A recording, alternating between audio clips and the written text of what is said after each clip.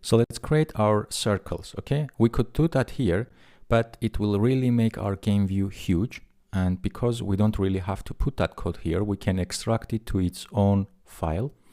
And then obviously you can reuse these circles if you want in any part of your project. So inside our presentation, I'm going to create a new file. This needs to be SwiftUI file. And I'm going to call this board circles. Board circle view, actually. And let's take it and right click, new group from selection, and put it into its own folder. Call it view components.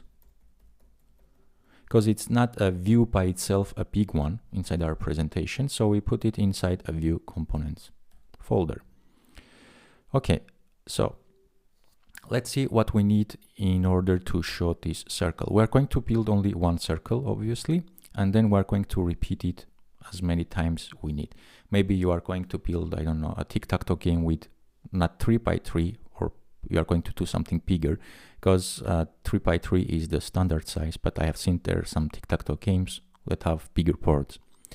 So for our circle to work properly, we need to give it a size. So to get the size, we need to get the screen size, and that's why we're passing our geometry here. So we have a variable geometry, because we want it to be variable depending on our screen size. So geometry will be a geometry proxy, and this will be passed to in our initialization. Now let's go ahead and remove this text from here. Obviously we need to pass this geometry, because otherwise it would complain. So let's do let's create a geometry reader here, and then we put, this is just for our preview to work, okay? We can put a geometry in, and then we pass this to our geometry. We don't need to pass a view, obviously, because view we are going to build here. So we want to have a circle.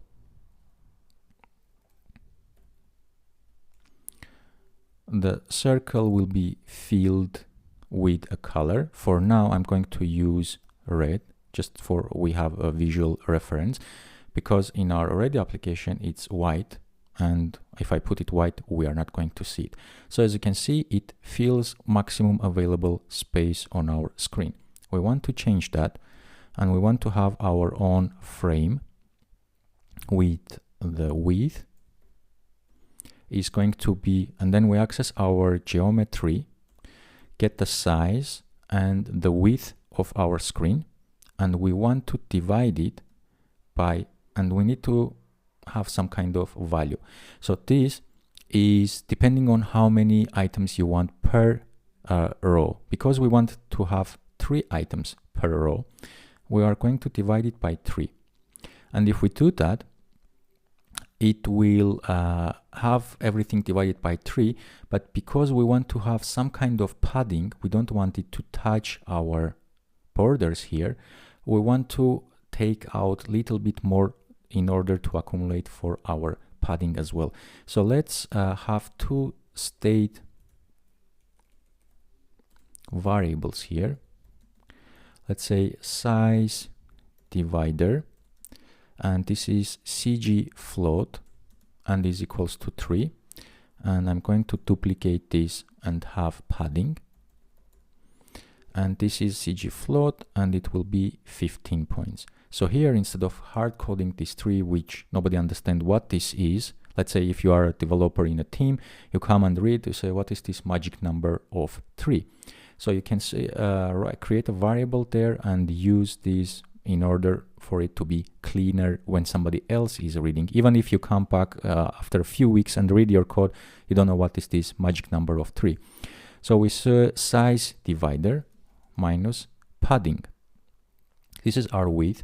And the same, we are going to put our height, and we access our geometry, size, and again we get the width, divide it to size divider minus padding, and we close our curly brace. Now you can see we have only one circle. which if you just visually continue, you can clearly feel 3 on the same row. So we have our frame here. We can go back to our game view, and instead of showing our text, we can now show our circle. So we say board circle view, and we need to pass our geometry, and the geometry is what we get from here. We pass it down.